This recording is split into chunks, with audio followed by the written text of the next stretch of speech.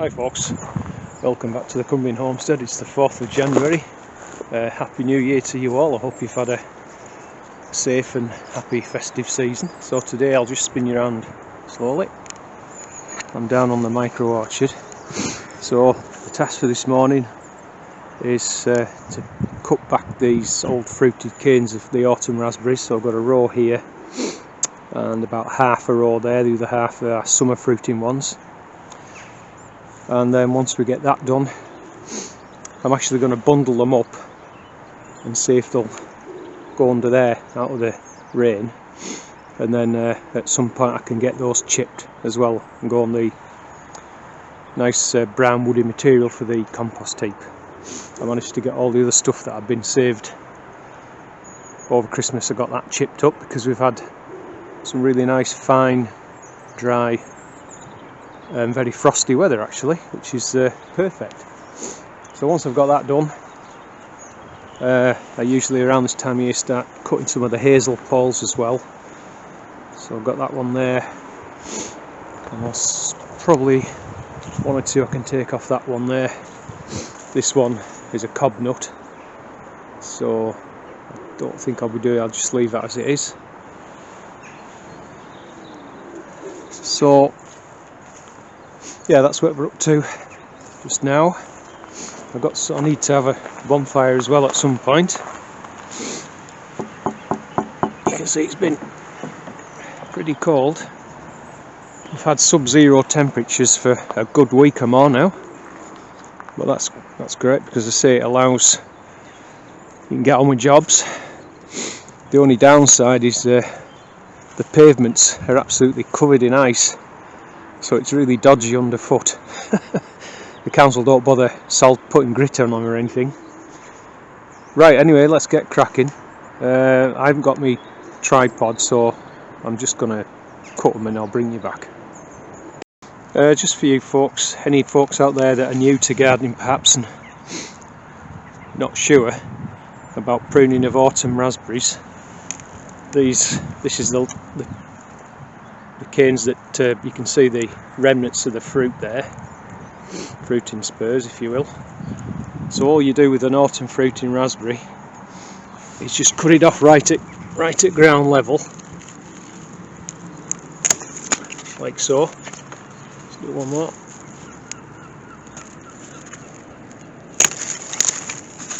Okay, so just as near as to the ground as you can, and then the new growth comes up from below. Just point out this one here, that's a sucker, so they throw out long roots and then you'll get suckers coming up. So these can be dug up and replanted if you've got a gap in your row or something like that. Then don't ignore, do make use of these suckers because they'll fruit just as well. Just to point out, there's another one over here. So here's the main clump, and then about 18 inches away there's another sucker come up. I'll probably just dig that up and either give it to somebody or burn it because I don't need them myself, but just a way to point out that suckers can be very useful when you've got gaps in the row or anything like that.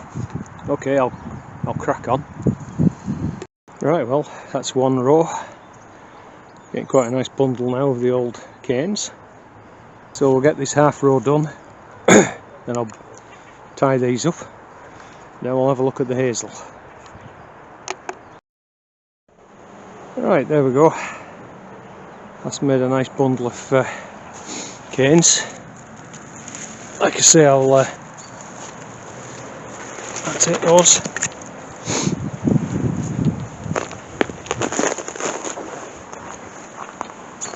See if I can't get them under there. Now we'll have a look at the hazel. So that's where I cut them from, and as always, some of you'll know I tend to grade them. So for example, I've got about 8 rods that are about 6.5 to 7 foot long, so they'd be good for pole beans, or I made some really good frames for my sweet peas out of them last year. And then I also get these for supports for the fruit trees, propping up the branches when they've got a heavy crop on. They're really useful.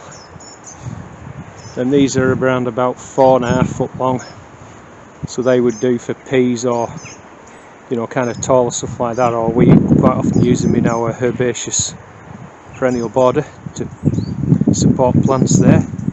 And then these are somewhere between 2 and 3 foot long, so again, peas, French beans, you know, whatever. They're just too good to throw away or burn.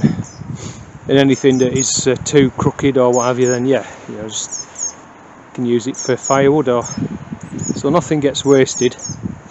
And that's what I love about hazel. You know, every year I get pretty much the same amount, you know, about 12 to 15 nice rods like this. So for example, this other one, I've decided to let that grow another year. So I'll probably put a 2 to 3 foot growth on, and then I'll coppice those next winter. Right, move on.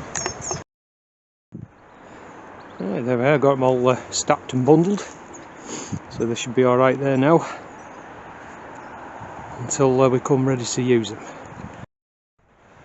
Okay guys, right, so just a very quick update. I've just been putting fresh compost, made, well, it's a 1 year old, onto the beds where there's still stuff left in. I've just put it up to them, and then when I harvest those I'll finish it off. The elephant garlic's looking good. These have all been topped up. There's that one there with the leeks. Once they've gone, that'll be topped up. And similarly, once this charged, I'm still harvesting this. In fact, I'm going to bring some today. But again, I've topped it up to there and then do that bit. I just noticed it's either jackdaws or wood pigeon been pecking here.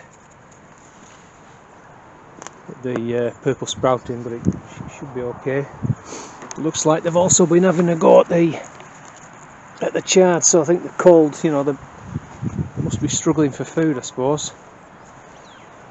And I mentioned, so yeah, you can see in there, look, that's the compost I've been using.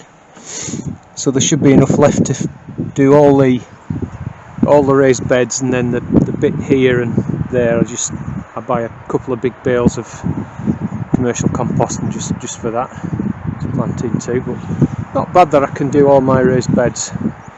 Pretty chuffed with that.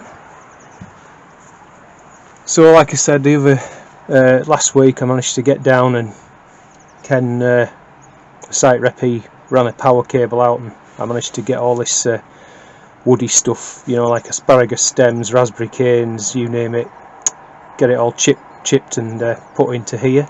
So this is the start of the new heap. And then just walking round, so I had it all under there to just keep it dry. So the other things I've got to do, if you see here, so there's a multi-grafted tree on M106 rootstock, and about 4.5 foot away it's thrown up some suckers, so there's about 3 there. So at some point I need to dig them up while they're dormant, try and get some root on them, then I can plant those, perhaps in a new stool bed or whatever, you know. But anyway, so yeah, that's good. I've got to prune the fruit trees, but it's a little bit frosty, so I'm hanging back with that yet. Those are my M26, so again I'll be harvesting these. Look to be around about 8 to 10 mil, so they'll be a good size. There's probably 1, 2, 3, about half a dozen or so I can take. I've got the espaliers to head back and the other fruit trees to head back. There'll be some savoys, hopefully. Then, yeah, they're not ready yet, but I might, with 3 or 4 I can get there. And the spring cabbage are looking, that's over in that one there, they're looking quite good. Right, just one last quick look in the greenhouse and that'll do.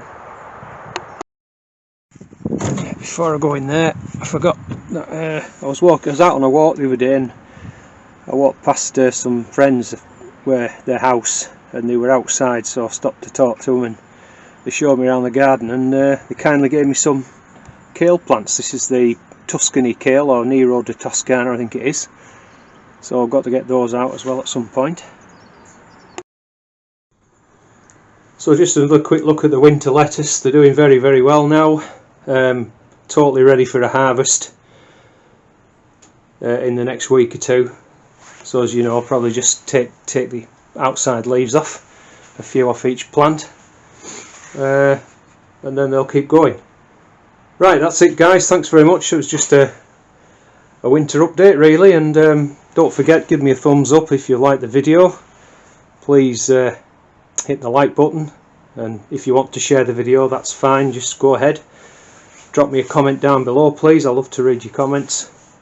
And if you're not already subscribed, please do consider subscribing to my channel, and I'll see you in the next one.